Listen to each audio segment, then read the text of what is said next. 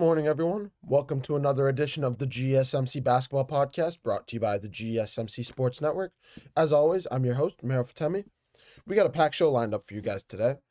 Right off the bat, we had the Los Angeles Lakers falling to the Minnesota Timberwolves. The Minnesota Timberwolves officially eliminating the Los Angeles Lakers in what was honestly, it was a close game, but we're going to get into this one. It was pure bully ball. It was physicality. It was big man basketball. It was man amongst boys on the court last night. And especially down the stretch, especially in the second half, it was all the Lakers left it all on the court. But when you're outsized, when you're outperformed, outmanned, I don't know if that's the right word, but in general, you know what I mean. We're going to get into everything about that. We're going to recap everything about that in that game. But from there, we're going to take a look at the Warriors officially fall to the Houston Rockets, get blown out by the Houston Rockets in Houston. The Rockets all forcing a Game 6 back in Golden State now, 3-2 series. Warriors still lead it, but this is a similar situation with the Knicks and the Detroit Pistons. You're allowing a young team to grow some confidence, play with a little bit extra leeway, a little extra. Oh, I can do this. I'm gonna come out and give a little bit extra, and just grow off of that.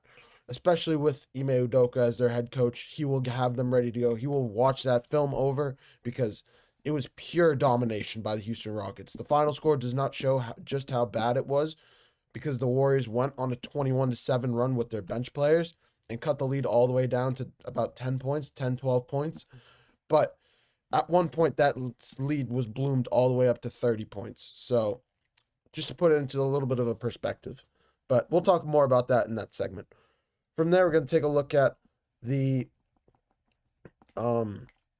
Detroit Pistons trying to bring the series back to New York, force a Game 7. We'll preview that series a little bit later tonight.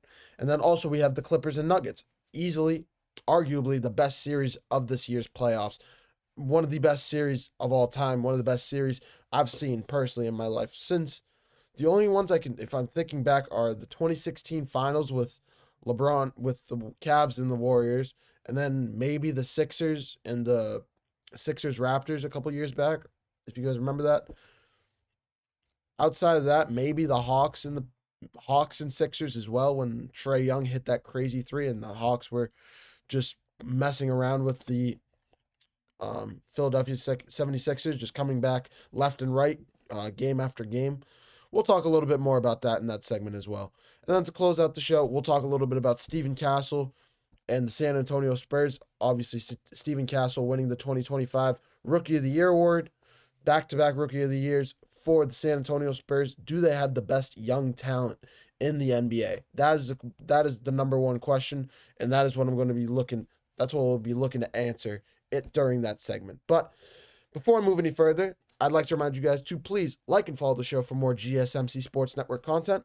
Also, you get a number of questions from viewers that come in during the show, so to ensure that your question gets read on air, I ask that you use the tips and donations link at gsmcpodcast.net. This puts your question at the top of the list so that I see it, and it also really helps out the show. Again, the link is gsmcpodcast.net for all your questions and comments. But enough is enough of that. We previewed the show. Let's get into a little bit of a main course here. And boy, did we have a main course last night. I apologize for the title. I tried to think of something creative. I tried not to steal something from somebody. So this is what I got. I promise next time I do it, it'll have a little bit more of a creativity to it. But Ant-Man, frying pan, Rudy Gobert dunked the Lakers in the trash can. Wolves in 5. And that's what it was. The Wolves knocking off the Los Angeles Lakers in 5 games. Last night, honestly, games 3, 4, and 5 were exactly the same. Game 1, it was the Timberwolves shooting that kept them in it, that pretty much knocked out the Lakers in that game. That when a team shoots over 50% from 3-point range and the Lakers are turning the ball over 15 times in a game, what are you expecting to happen? So it was just the shooting of the Timberwolves in game 1 that just called it quits. for the Lakers. From there, game 2, the Lakers came out.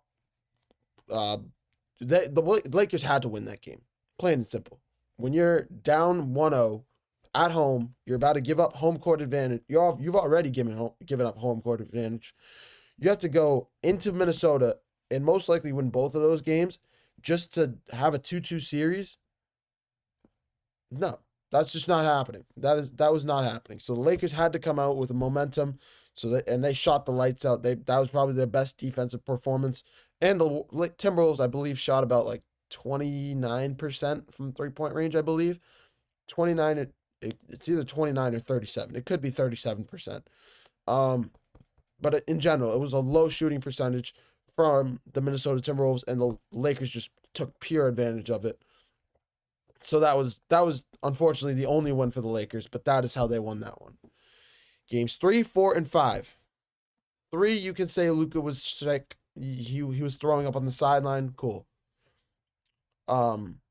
Game 4, much closer, but it was down to the playmaking of Jaden McDaniels, the shot making of Naz Reid, and the driving physicality of Julius Randle. Oh, and not to mention Anthony Edwards having 43 points in Game 4. So take that all into combination, put that up in the soup, mix that up all together. You got a Lakers down 3-1 in this series now. And now we go into last night. Last night, the Minnesota Timberwolves jumping out to a 23-11 lead, blooming the lead all the way up to 14 points. And I thought it was going to be over. It was a 14-point lead before halftime. I thought the Minnesota Timberwolves were running away with it. The Lakers' offense was sputtering, as always, as we've lamented about their offense all series long. Luka trying to do his thing. Luka injured his back in this one. And he tried his best to make it non-noticeable, to try and just get the team back into it, get some momentum going, try and make it so it doesn't affect him very much, try to become more of a facilitator. The problem is, who are you facilitating to? Gabe Vincent, that's shooting 0 for 3. Dorian Finney-Smith didn't have a great game either, I don't believe. Who else? What? Especially when when head coach JJ Redick decides to go 3-man deep into their bench, when you have the Timberwolves did the same, but the Timberwolves are so much deeper. There's so much of a deeper squad. You're bringing up Maxi Kleber that hasn't played in 2 months. Jared Vanderbilt, only 2 points. Dorian Finney-Smith, 7 points.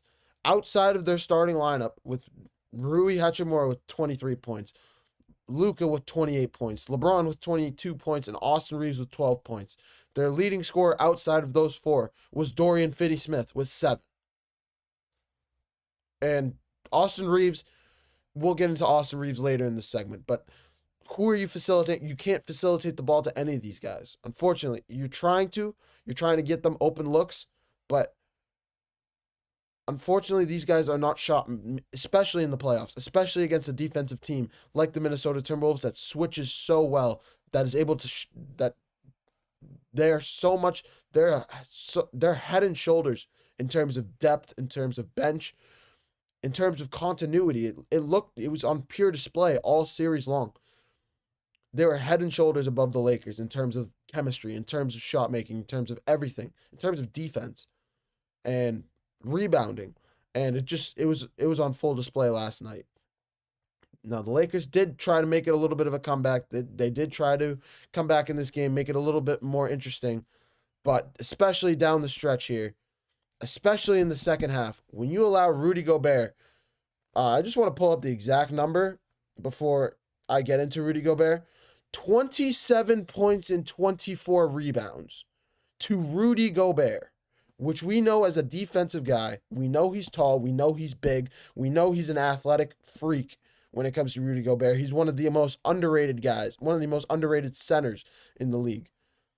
But 27 points and 24 rebounds? Anthony Edwards with 11 rebounds? What are we doing here? What are we doing here? The Los Angeles Lakers got frankly bullied Julius Randle, 23 points as well. Anthony Edwards didn't even have his greatest game, 15 points, 11 rebounds. So at the end of the day, when we're looking at this, we have to talk about, we have to shoot. The first thing we have to look at with this Los Angeles Lakers squad is their inability to defend the paint, their inability to rebound, and the fact that the Minnesota Timberwolves were playing so physical with them. With Julius Randle looked like the second coming of a prime LeBron James last night, looking like a freight train going down the lane. Every time. His drives, nobody wanted any part of him because he's just like a freight train. He's a freight train, and nobody can handle it. And then you have Rudy Gobert on the side. This is one of the most... This Timberwolves team was incredibly underrated going to the playoffs. I said it a couple times during the show, but I knew they were one of the harder teams in the NBA. I knew they were starting to get their chemistry together. I said it earlier in the show about a month ago. But with how the Warriors were playing, with how the Lakers were playing, with how the Clippers especially were playing, and with how deep the Western Conference was, the Minnesota Timberwolves just kind of got slid under the rug. Nobody paid attention to them. And now look at what they do. They come out, they take out the Los Angeles Lakers in 5 games, a team in the Los Angeles Lakers that a lot of people, including myself, had going to the NBA Finals because I thought Luka Doncic and LeBron James would be too much for anybody to handle on the offensive end. I thought they would figure it out. I thought they had... Austin Reeves was starting to grow into a legit third option, a reliable scorer, making it a big 3 in Los Angeles. I thought it was going to be too much. I really did. But I did not, with how I've been paying attention with all the other mismatches, with all the other matchups in the NBA, for whatever reason, because the Los Angeles Lakers had that title, I just glossed over the Timberwolves. I thought the Lakers were going to win in 6 games. I thought Anthony Edwards would win them 2 games and keep the series close, most of those games. And yeah, that was just a flat-out mistake from me. I do see a comment in the chat. Andre, Reeves went from having the best third option in the league talks a few weeks ago to absolutely ghosting. Yeah, man. And I thank you for bringing that up. I almost didn't even bring up Austin Reeves. What happened to Austin Reeves? Like, Andre, you're 100% right. What happened to Austin Reeves? Austin Reeves was the third option for this team. A guy that was going off for 19, 20, could go off for 28 points, could carry the offense sometimes. We saw him in the regular season having 40-point games. And now in the playoffs, I don't think he had a 20-point game. I think his best scoring night was 19 points. Last night, in a closeout game in Los Angeles, when your team needs you most, you go off for 12 points. Come on, man. Especially, we know how Austin Reeves is. We know how lethal of a shooter he has been in the regular season. And yeah, ghosting is the best word to use. He was up in pure smoke. Nobody knew where he was in this playoff series. And I don't know if the Minnesota Timberwolves were attacking him in terms of mismatches. I have to kind of look back into this series and probably take a deeper look into what happened. But Austin Reeves disappeared. And Austin Reeves is a little bit of a younger player. So, I mean, he'll probably go down into the second, third, fourth reason as to what happened in this series. But yeah, rebounding, physicality, big man bully basketball, a style that the Los Angeles Lakers use against so many teams, bullying people in the paint. And the Minnesota Timberwolves beat them at their own game. Plain and simple. This series is over in 5 games. Minnesota Timberwolves look to play the winner of the Golden State Warriors and Houston Rockets series, with the Warriors up 3-2. And that is exactly where I'm going. I'm going to take a short break. And when we come back, we're going to take a look at the Warriors-Rockets series. The Rockets blowing out the Warriors at home in Houston last night. This series shifts gears back to Golden State. We'll take a look at recapping this game and kind of what to expect in that Game 6. I'm going to take a short break, and when we come back, we're going to talk a little bit about Golden State Warriors, Houston Rockets basketball. Don't go anywhere. I feel like I'm losing my mind. Is everybody in the world blind? Please, Lord, give me a sign, a sign.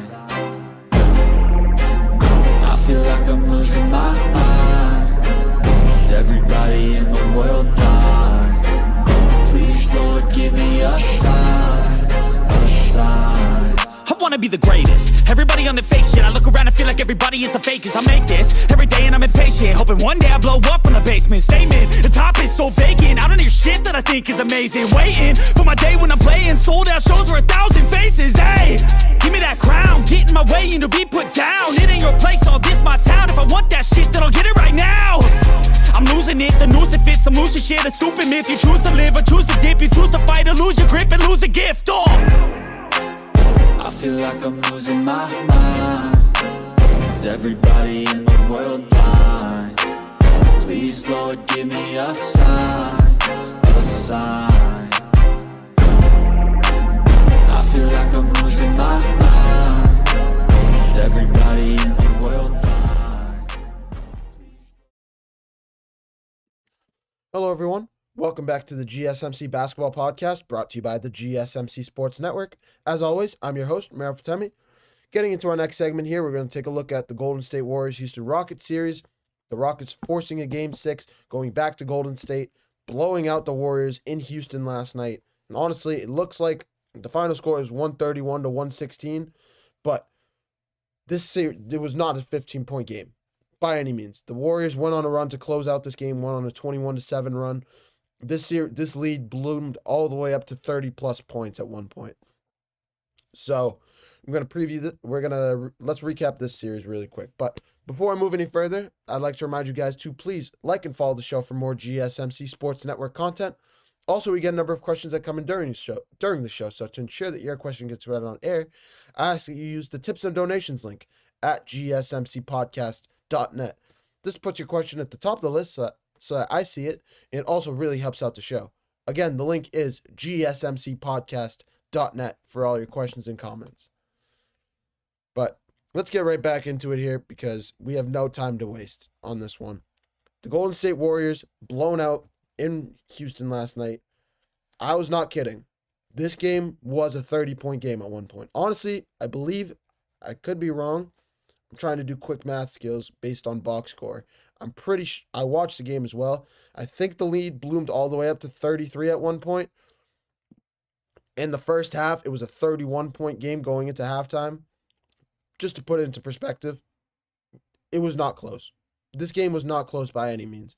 Steph Curry had 0 points going into the second. The only reason he had any points going to the end of the first half is because he got hot at the end of the second quarter and kind of tried to make a push for the Golden State Warriors. Jimmy Butler finishing with 8 points. He only had 1 point going into halftime. Overall, it was literally just the shooting. I think the best way to call this one, it was the shooting of the Houston Rockets. Fred VanVleet with 26 points. Amon Thompson 25 points. Dylan Brooks 24 points. Jalen Green got it going early, but only finishing with 11 points, but he shot pretty efficiently. 3 for 8 from the field, 2 for 4 from 3-point range. Just overall, it was just the shooting of the Houston Rockets as a whole, just knocking out the Golden State Warriors. The Warriors had no chance. When a team comes out, scores 76 points in the first half, scoring 40 points in the first quarter, yeah. And you only scored 24 points in the first quarter, 49 points at the end of the first half? Yeah. And you can't get it going in the third quarter? Yeah. You pull your starters. It's the right thing to do. It's the right call to make. I completely understand Steve Kerr's notion. And if you were watching that game, I know that the Warriors went on a 21-7 run in the fourth quarter, tried to bring them back into it. And the Warriors did bring it to within 11 points, I believe, at one point. Or 12, actually, I believe, at one point. But when you sit your starters down for 10, 15 minutes, especially with timeouts, it was at least 8 minutes of game clock. Add fouls, add timeouts, add commercial breaks. It's 15, 20 minutes you're sitting on the bench. You can't just go from the bench right back into a playoff game, not warmed up, your body just gets cold. It risks injury. So overall, I completely understand it. I have no problem with it. But this series now shifting back over to Golden State for Game 6. It's gonna be interesting to see how Steph Curry handles it. We saw his finger was wrapped up in the post game press conference. There is a photo floating around of Steph Curry walking from the air. I believe it was the airport. And if you look at his right thumb, it is his knuckles swollen up like a balloon. Look it up if you haven't looked at it. Just look it up really quick right now. It's gonna be interesting, especially if it's on his shooting hand. It's gonna be interesting to see how he handles that. It hasn't really bothered him so far this series. But last night shooting 4 of 12 from the field, only 13 points in this one. 3 of 9 from 3-point range. I believe all of those threes came in the second quarter. It was a tough performance from the Warriors as a whole. So, if you really look at it, it was just a flat out tough performance from the Warriors, and we know they can do better. We know they will do better. We know they're going to have a bounce back game in Game 6. Chase Center will be rocking. It's going to be interesting to see how the Rockets really handle that environment. I know they just won a game in Houston, and especially with their backs still up against the wall with a veteran head coach in Ime Udoka.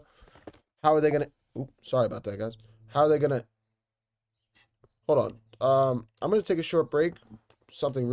Nothing bad just happened, but I'm going to take a short break. Be right back, guys. Just give me 2 minutes. I'll be right back. I'm so sorry.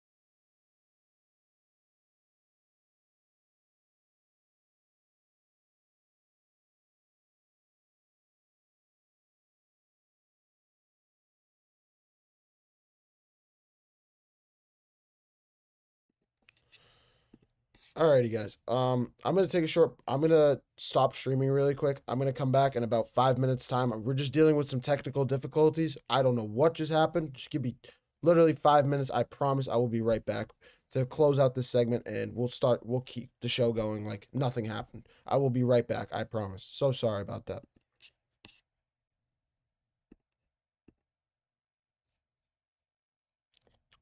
Alrighty. I think we're back. I'm so sorry about that, guys. I hope you guys didn't just leave I think you guys just left the stream.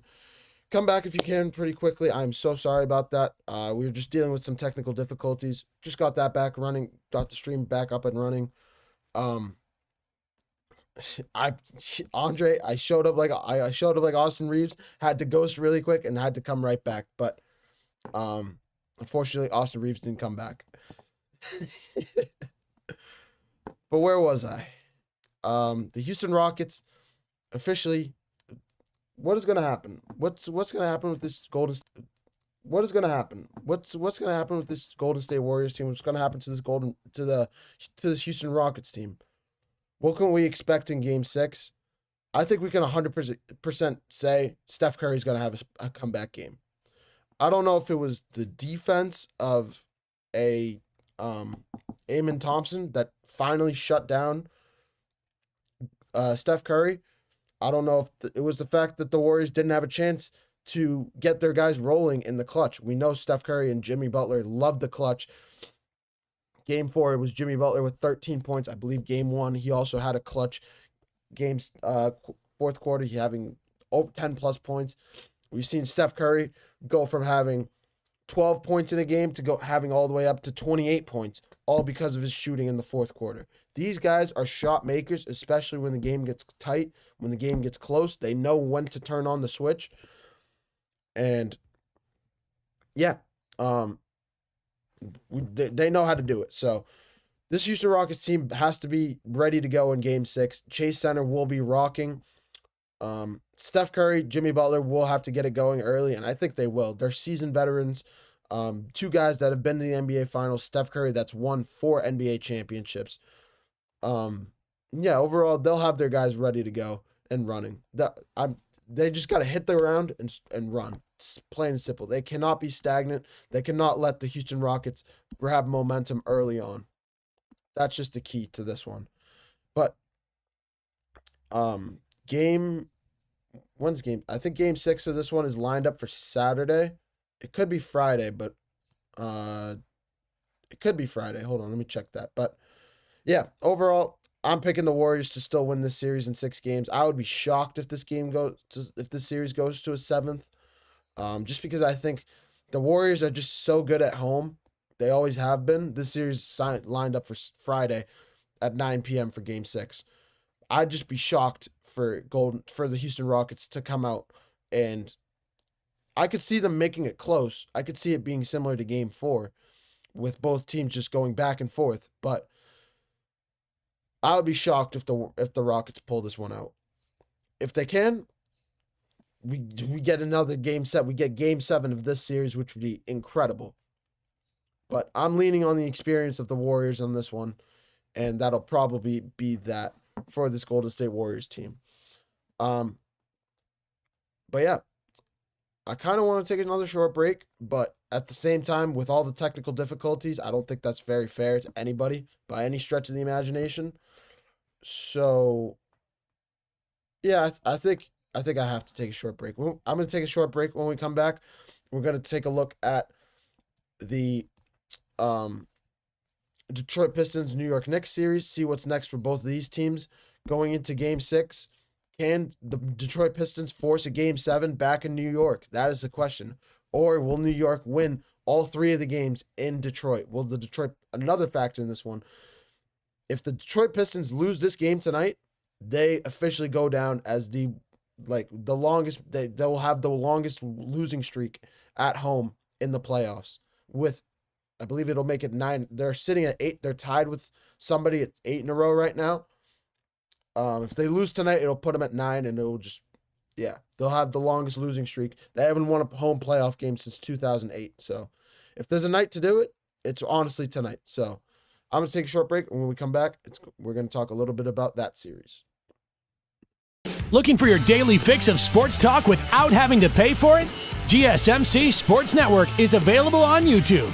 Just search GSMC Sports Network. Get your fix of daily sports talk shows on YouTube, absolutely free. NFL, college football, NBA, MLB, MMA, UFC, fantasy football, and so much more. GSMC Sports Network has shows running all day long, with new sports shows starting every 2 hours. Just like on your favorite cable sports channel, except GSMC Sports Network is absolutely free. Just search GSMC Sports Network on YouTube to catch one of your new favorite shows, like the GSMC College Football Podcast, Chip Shot Football Podcast, Hoops and Heels Women's Sports Podcast, GSMC Basketball Podcast, and so many more. Check it out for yourself. GSMC Sports Network, now available on YouTube absolutely free. Search GSMC Sports Network on YouTube right now.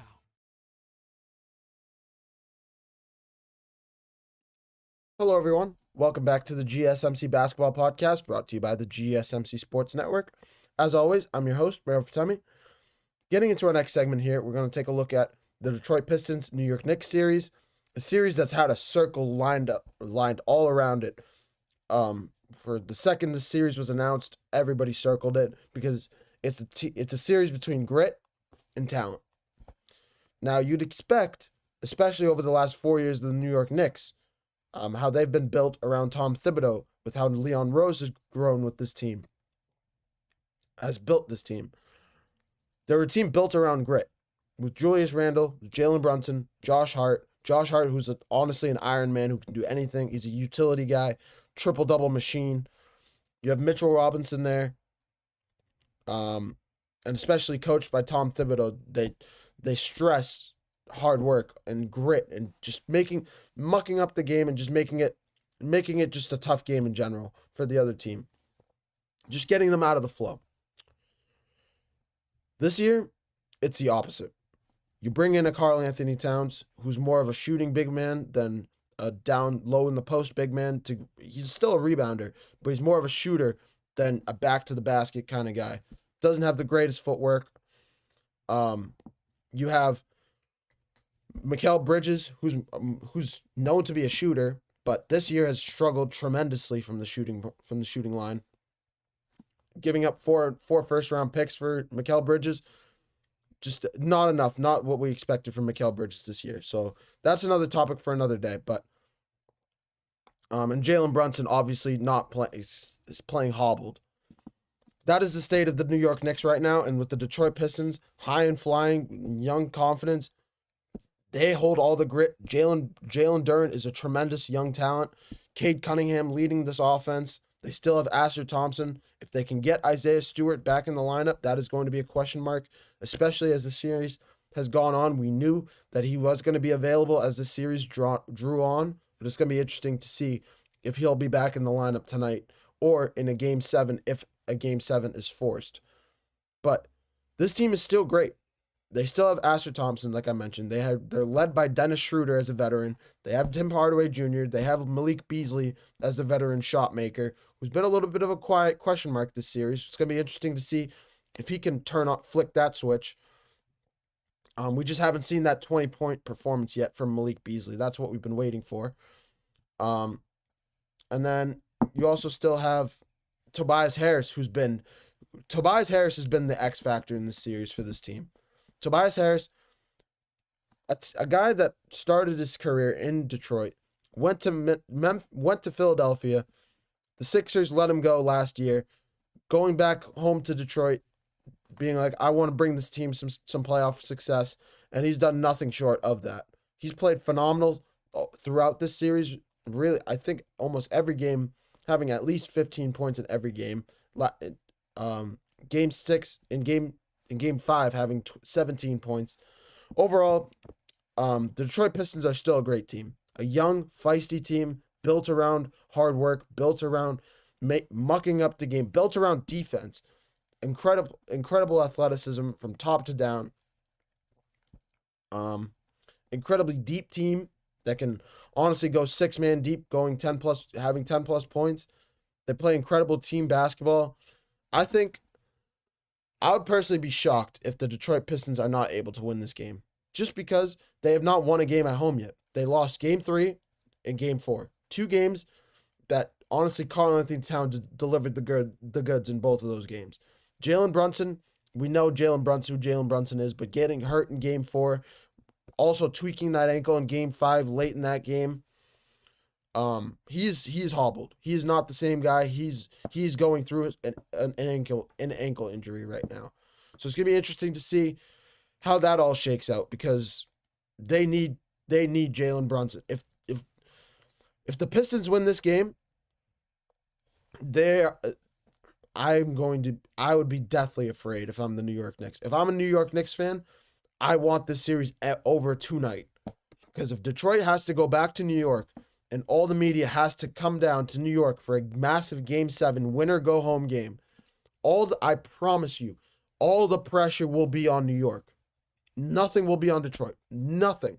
Nothing. Detroit is a young team that's honestly went from 14 wins to 44 wins this year. They're playing with house money. They're playing with urgency, growing confidence, absolutely. But when you have a team like the New York Knicks, who's been to the second round the last 2 years, yeah, the last 2 years they've made it to the second round. They have a Jalen Brunson. They brought Karl-Anthony Towns in. They brought Mikal Bridges in. Traded 4 first-round picks for Mikal Bridges. They still have Tom Thibodeau there. They still have a deep squad. You just paid OG Anunoby as well. You need to show up. If you're the New York Knicks, if you're the New York Knicks and you blow a 3-1 series lead, I might not want to if I'm any of those players, I might not want to show my face in New York for at least 2 months. Let a couple months go by in the summer and then come back around July, August. Get ready for the new regular season. Get ready for the next regular season. I don't know what to tell you, because this New York Knicks squad needs, if they lose this game, if they lose this series, and we can talk more about that if there is a game 7, we don't even know. The Detroit Pistons need to win. They needed to win 3 in a row. They've already finished step 1. Now they're on to step 2. There's a 3-step process. They're on step 2 right now. If they win tonight, boy, I do not want and I know New York Knicks fans, and they've been out there. They've been saying, "Oh, Jalen Brunson's one of the best playoff performances this year. They're gonna wipe the floor with the Detroit Pistons with their experience." Then why has it been 2 out of the 3 games at home have you lost to this Detroit Pistons squad? Why did the Detroit Pistons go into New York in a Game 5 closeout game in a hostile environment like New York, like Madison Square Garden, show up, take the lead early, and not look back? The New York Knicks tried to make it close late in the game, especially in the fourth quarter, started to get it together. But at the end of the day, it was the shot making of the Detroit Pistons, the offense of the Detroit Pistons, that had the last laugh in this game, that put the nail in the coffin. If the New York Knicks want to have a chance, it has to come down to Karl-Anthony Towns. Jalen Brunson is hobbled. They need Karl-Anthony Towns to take over this game. Games 3 and Games 4, both games he had over 30 points. Both games he made clutch threes, clutch shots late in that game that put away the Pistons, that shut down their offense pretty much. So, when you're looking at that, when you're looking at a Karl-Anthony Towns, a bona fide, one of the best shot makers, the best shooting big man in basketball, he has that title. Then why is he shooting 4 3-pointers, shooting 2 for 4, 5 of 14 from the field in Game 5? I don't know if it's Tom Thibodeau getting in his ear. I don't know if it's he's getting in his own head about it. We've seen that happen before. I don't know if it's if he can. Another thing, I just reminded myself, if Karl-Anthony Towns gets into foul trouble early, that is a big deal. That is what happened in Game 5, having 3 fouls before halftime. That cannot happen. Karl-Anthony Towns loves to get into foul trouble for whatever reason. If that happens again, I could see the Detroit Pistons winning this game and forcing a Game 7. At the end of the day, win this game, New York. Because if you don't, all hell could break loose in New York in a Game 7. A young team like Detroit, playing with house money, with a lot of people doubting them, have been doubting them. Myself, I picked this team to win this series in 7 games. But I would be lying if I didn't say the New York Knicks had a 95% chance of winning this series when they went up 3-1. But now, after watching Game 5, that number has dipped down to probably a closer to 68, 72%. Just because the Pistons are showing me something. That is the end of the day. That is what it comes down to. The New York Knicks have not shown me anything different outside of Game 3, Game 4, Karl-Anthony Towns. If he can do that again, I like the Knicks' chances. But that's a big if. And it's not likely for the Pistons to lose 3 games in a row. That building, Little Caesars Arena, is going to be rocking tonight. So the New York Knicks better be ready to go, or else this game could be over quick, fast, and in a hurry. And we could see a similar situation to what the Houston Rockets did to the Golden State Warriors last night. But I'm going to leave it on that note. I'm going to take another short break. When we come back, we're going to take a look at the Los Angeles Clippers and Denver Nuggets series, a series probably easily the best series of the NBA playoffs so far. We're going to preview Game 6 of this one. The Nuggets up 3-2 in this series, and we'll see if the Clippers can pull out a Game 6. Is it a crazy question to say that I would be shocked if this series did not go 7? Plain and simple. Just because of how star-studded the Los Angeles Clippers are, they will be ready to go in this game.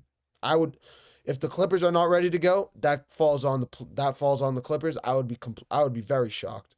But I would be shocked. I'm expecting them to show up and show out. Kawhi Leonard, James Harden, they will answer the call. I'm going to take a short break, and when we come back, we're going to talk about that series.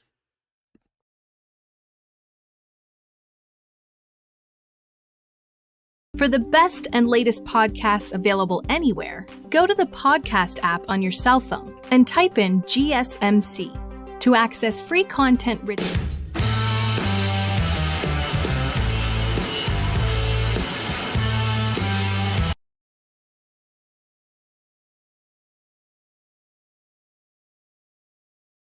For the best and latest podcasts available anywhere, go to the podcast app on your cell phone and type in GSMC to access free content-rich podcasts on health and wellness, book reviews, sports, entertainment, relationships, social media, movies, technology, finance, and even weird news. Subscribe and download the GSMC Podcast Network's family of shows, available everywhere podcasts are found.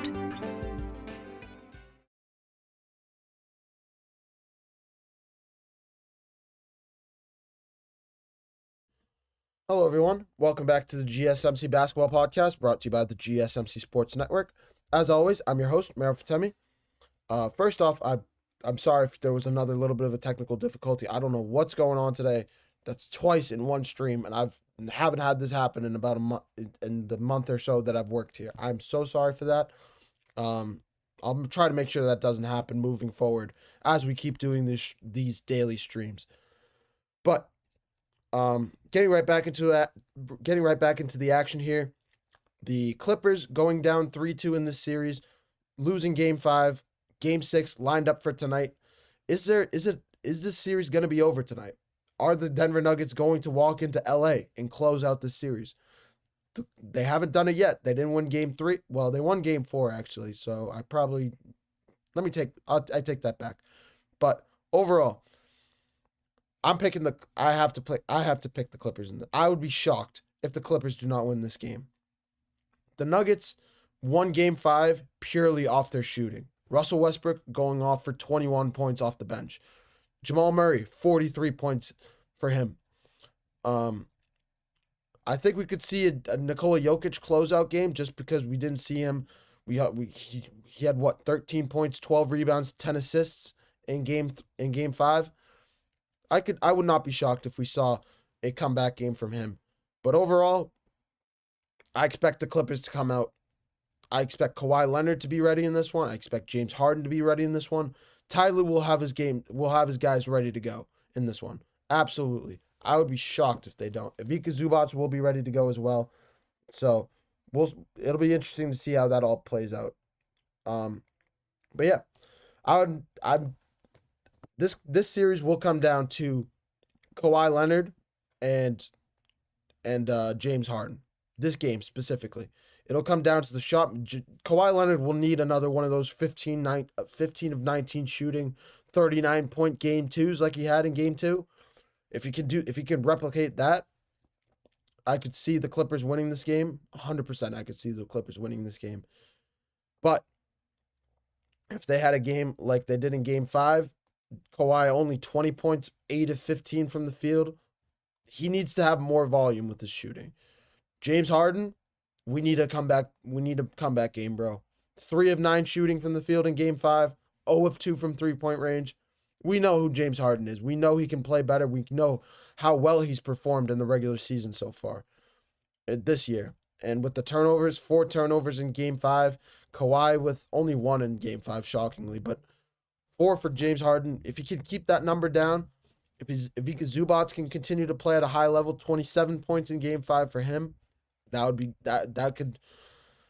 Overall, this series comes down to, like I said, the shot making of Kawhi Leonard, of James Harden. It comes down to the rebounding of the Nuggets. I've said that in all of these games that the Nuggets have won, it has come down to the rebounding.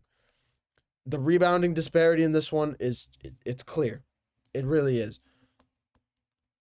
Nikola Jokic, 10 rebounds.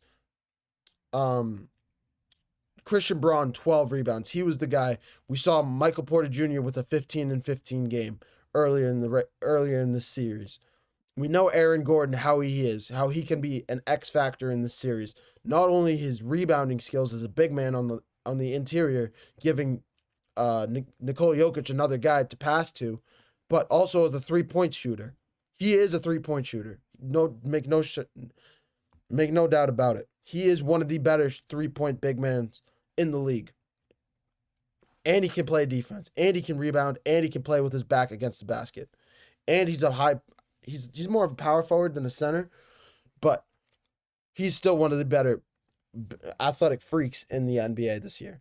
So as a whole, I'm picking the Denver Nuggets in this one. I would be shocked. I'm picking the Clippers in this one.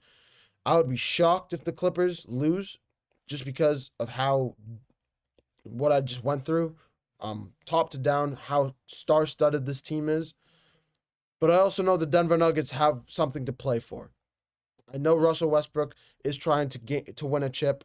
Jamal Murray is trying to win a second chip after losing in 7 games to the Minnesota Timberwolves last year. We know Nikola Jokic, he's the best big man in basketball. He's arguably the best player in the NBA this year. And overall, we'll see how it all plays out. I think it's going to be fireworks, as the series has been all series long. It's been fireworks. Back and forth. Both teams have been throwing haymakers at each other. But, yeah, I think, I would be shocked if the Nuggets win this game. We haven't seen them win a game in LA yet outside of Game 3. Game 4 outside of the Aaron Gordon alley-oop dunk. But, yeah, I wish I had more to say. I don't know. Game 1, it came down to the turnovers that Russell Westbrook forced. I think I believe the Clippers had 20 turnovers in Game 1. Game 2, it came down to the shot making of Kawhi Leonard, shooting 15 of 19 from the field. That was the game that I mentioned. Game 3, it was just overall Clippers all around. Game 3 was Clippers all around when they won by almost 25 points plus. Kawhi Leonard with 21 with double-double in that game. James Harden with 20 points. Norman Powell with 20 points. Ivica Zubats with 19 points. Just going rapid fire for that game. That was similar to, if you remember, Game 1 between the Minnesota Timberwolves and Los Angeles Lakers when they just shot the lights out. That is a prime example of what happens when teams shoot the lights out and have a well-balanced attack. Everyone firing on all cylinders. Just shooting the ball well. So that was Game 3. Game 4. Game 4 was Game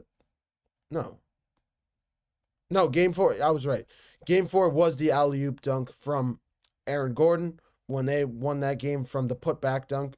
That shocking. Both teams going back and forth. Clippers were down 22 points in that one and climbed their way all the way back to eventually tie and win this game.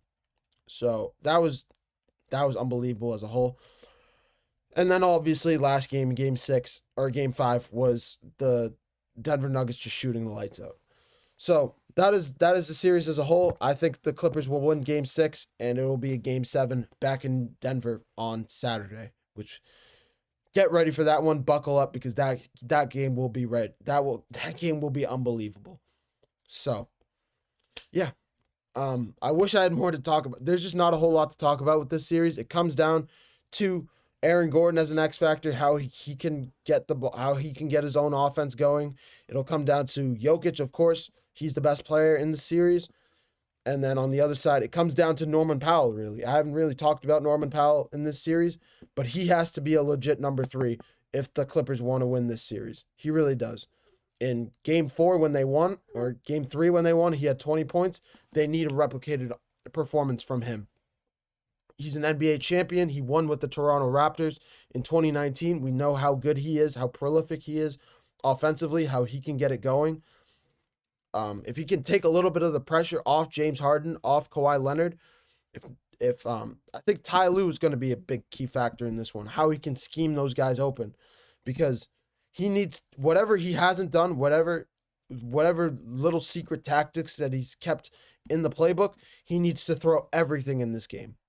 This game he needs to throw everything in this game. He really does. Figure out what works, figure out what doesn't work. You've had 5 games of film, so I'm guessing you already know, but go back to Game 3, watch that film, figure out how to get your guys open. Watch Game 2, watch how Kawhi Leonard was getting open, try and boost his confidence, try and get him open so he can get a boost of confidence, so he can shoot the ball more in the fourth quarter, to have more confidence in that shot, and eventually be one of the better shot makers in this series. And then on the other side, we have David Adelman, a young head coach. I'm not going to go into the Mike Malone spiel like I have many games, recapping many of these games, previewing many of these games. I've said Mike Malone is a big reason. I'm leaving it at that. Mike Malone being fired with a week left in the regular season, is going to spell the defeat of the Denver Nuggets in the playoffs. Whether it's going to be now, whether it's going to be down the line if they win the series, if they face Oklahoma City, if they win that series, if they face Golden State or Minnesota, whoever they face, the Denver Nuggets have to be ready to go. And it's going to come down to the experience of their coaching, getting their guys ready, getting their guys open, and getting their guys schemed up and ready to go. Plain and simple. And we've seen Nikola Jokic's numbers taking a dip. So whether that has to do with Adelman, whether that has to do with Mike Malone's older scheme, that's remained to be seen. It's only been 3 weeks since David Adelman's taken the interim head coaching spot, but he's got his work cut out for him as a whole. So it'll be interesting to see how that all plays out. I'm going to take a short break. When we come back, we're going to take a look at the San Antonio Spurs. San Antonio Spurs, one of the younger teams in the NBA, back-to-back Rookie of the Years with Wembanyama last year, and now Steven Castle winning the Rookie of the Year this year. Let's take a look and see who has the best young team in the NBA right now. Is it San Antonio Spurs, or is it somebody else, say the Oklahoma City Thunder, or somebody else that hasn't been mentioned? I'm going to take a short break, and when we come back, we're going to take a look at the San Antonio Spurs.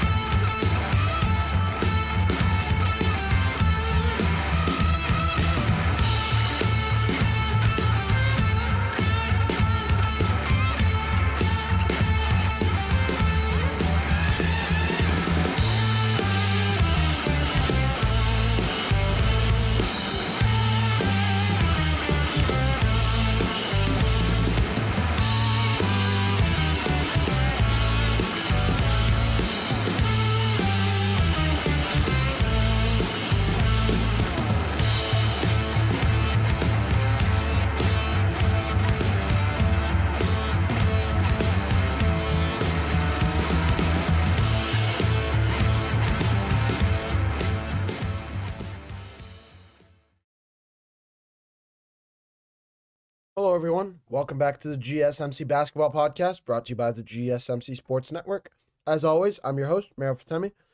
Getting into our final segment of the show here, we're going to take a look at San Antonio Spurs, and specifically take a look at Steven Castle. Steven Castle winning the Rookie of the Year award this year. One of the best younger players in the NBA. a phenomenal player that has really showed up for the San Antonio Spurs, especially in the second half of the year. Overall, it was a phenomenal performance from Steven Castle so far this year. Starting off the bench, behind, I believe it was behind Devin Vassell, and then ultimately growing into the starting lineup with when the De'Aaron Fox acquisition happened in the mid-season trade. With De'Aaron Fox in the lineup, Wembanyama, Steven Castle, Devin Vassell, and I'm trying to think of who they played at the 5. I think it was Jakob Poeltl. Overall, San Antonio Spurs are one of the youngest teams in the NBA. Are they the best youngest team in the NBA? Are they the best out of everybody? I don't know if I can say that, just because if you take into account the Oklahoma City Thunder, for example, I believe their average year of age is 23 years old, and they're the number 1 seed in the Western Conference, just finished sweeping the Memphis Grizzlies in the first round, looking to face whoever wins the series between the Nuggets and the Clippers. Plain and simple, they're probably head and shoulders above the Spurs. But here's where it gets interesting. And I probably should have labeled this future young talent as well, because I'm looking at this from now and in the future. The San Antonio Spurs have an opportunity to get the number 1 overall pick this year. It would be the second time. Would it be the second time in a row? Well, it would be at least the second time in 3 years, with drafting Wembanyama 2 years ago, and now if they can get the number 1 overall pick, Cooper Flagg, in the first round with the number 1 overall pick.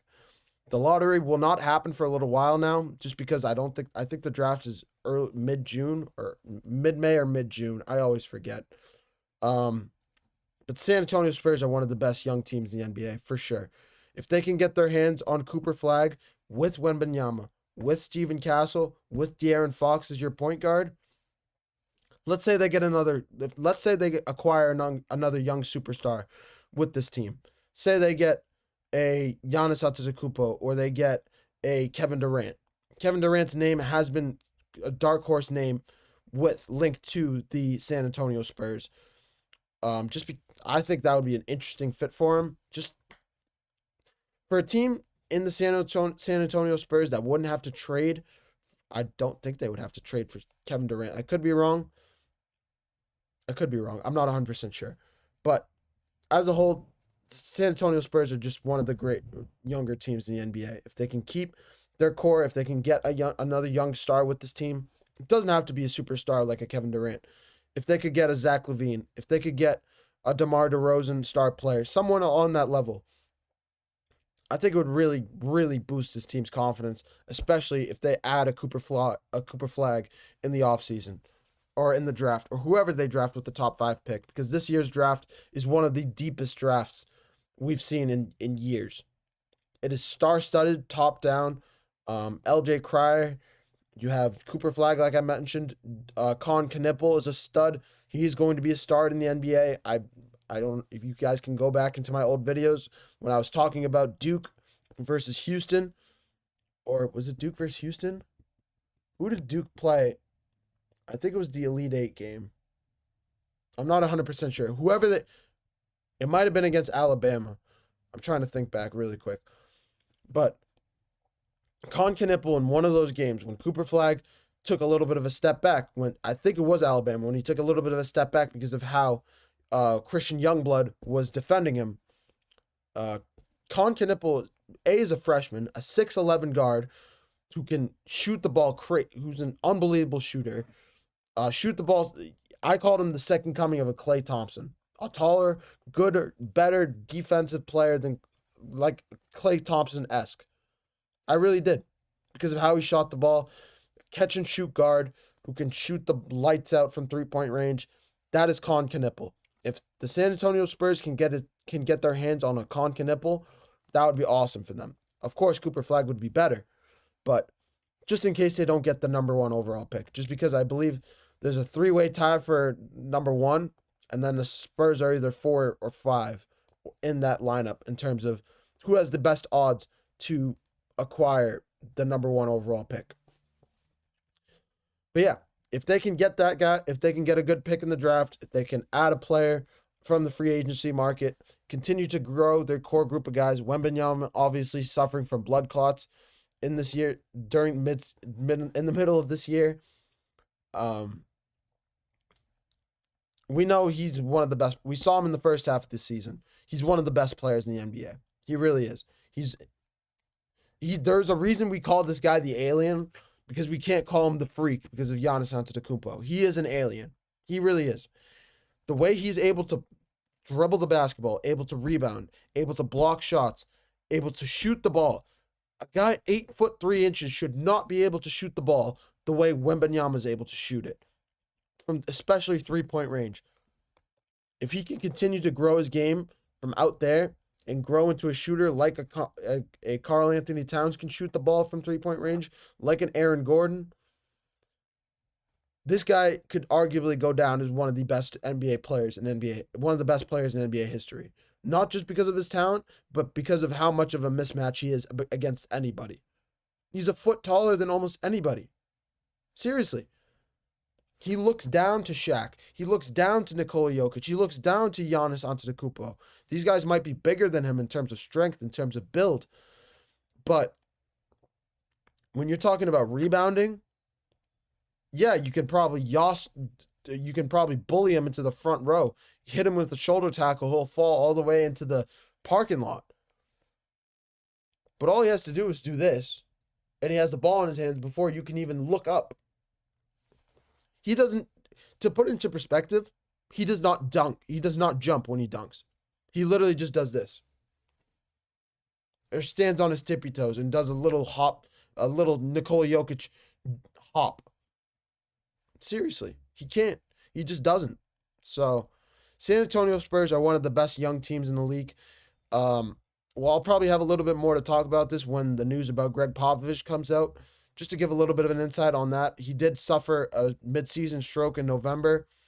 He had multiple heart attacks, I believe, in the last couple months. So I would not be shocked if Greg Popovich steps away from the game of basketball, retires, calls it quits. He is one of the best NBA coaches, easily one of the top 3 NBA coaches of all time. In that conversation for sure. If Pat Riley decides to become a coach again, I would not be shocked if he decides to go to San Antonio to take over for Greg Popovich. They do have a guy by the name of Tim Duncan, who's an assistant coach there right now, who's continuing to grow into a head coach, has been a head assistant coach since he retired from the game of basketball, from playing with the San Antonio Spurs. So I would not be shocked if Tim Duncan was hired as the head coach for this team moving forward. But overall, yeah, that's the San Antonio Spurs for you. It's all going to come down to the coaching. If they can continue to grow their young core, who they draft in this year's upcoming NBA draft, because they will end up having a top 5 pick. Either it's 1 or it's top 5. Like, you're looking at your best is number 1 overall, going with Cooper Flagg, or you could go top 5 drafting a Christian Youngblood or an LJ Cryer. There's definitely better players. I'm just thinking off the top of my head right now. Excuse me, by the way. But yeah, as a whole, yeah, that's my spiel about the San Antonio Spurs. But yeah, another packed lined up slate of NBA playoff basketball tonight, starting at 7 o'clock. We have the Detroit Pistons against the New York Knicks. Game 6 in Detroit. I cannot wait for that game because Detroit will be rocking. I don't think the New York Knicks are ready for what the Detroit Pistons are about to throw at them. With the level of noise that they are going to make in that building, they're going to need a special Jalen Brunson's performance, a special Karl Anthony Towns performance. A comeback game from Karl Anthony Towns could be enough to put the Knicks over the hump, but I would not be shocked if we see like a Cade Cunningham 40-point game, Malik Beasley show up and give us 15 points, Tobias Harris 15 points, Jalen Duren 10 and 12. If Jalen Duren has a big game as well off the offensive glass like he did, he had 7 rebounds in game 5. Do not be shocked if the Detroit Pistons win this game, regardless of what happens with Karl Anthony Towns and Jalen Brunson. Plain and simple. And so that's a 7 o'clock game. And then the 10 o'clock, of course, we have the best playoff series in the NBA right now between the Los Angeles Clippers and the Denver Nuggets. So those are the two series. Those are the two hallmarks of the night. I cannot wait for either of those series to kick off, either of those game 6. And hopefully we'll get a game 7 and at least one, if not both of those series. But yeah. Thank you guys again for tuning into the GSMC Sports Basketball Podcast, brought to you by the GSMC Sports Network. Before I say any more, I'm so sorry for those technical difficulties today. I know we had to stop the stream, get back on stream, be right back, pause the stream. It was a mess. It was a pure mess with losing scenes, with losing content, losing material. It was technical difficulties from top to bottom, and it was honestly an anomaly. I've worked here for a month and a half. I have not seen anything like this in my time here, and hopefully we never see it again, because first of all, I know how to fix it now pretty quickly, so that's pretty good. But yeah, hopefully we never see it again. But yeah, thank you guys for tuning in to both of these streams that kicked off today. Your support means a lot to us, so please remember to subscribe to the show and leave a positive review. Whether it's positive, whether it's negative, please let us know what you think in the comments below, because you guys are a big part of what we do here. Overall, let us know what we're doing well, what we can keep doing well. Let us know what we can improve upon. Overall, improve upon in general. Just let us know in general. Let us know what you want to hear more of, so we can build our shows around around your ears, around your minds in general. That way we can produce a better show, a better content in general. Please, we also invite you to follow us on Facebook, Twitter, TikTok, and Instagram for more content and updates. Thank you once again. This is Mehrob Fatemi, the host of the GSMC Basketball Podcast, signing off. Happy basketball to everybody here. Detroit Pistons, New York Knicks, Los Angeles Clippers, Denver Nuggets later tonight. We'll be back tomorrow to recap both of those series and hopefully preview a Game 7 over the weekend. I hope you guys have a wonderful rest of your days. Bye-bye.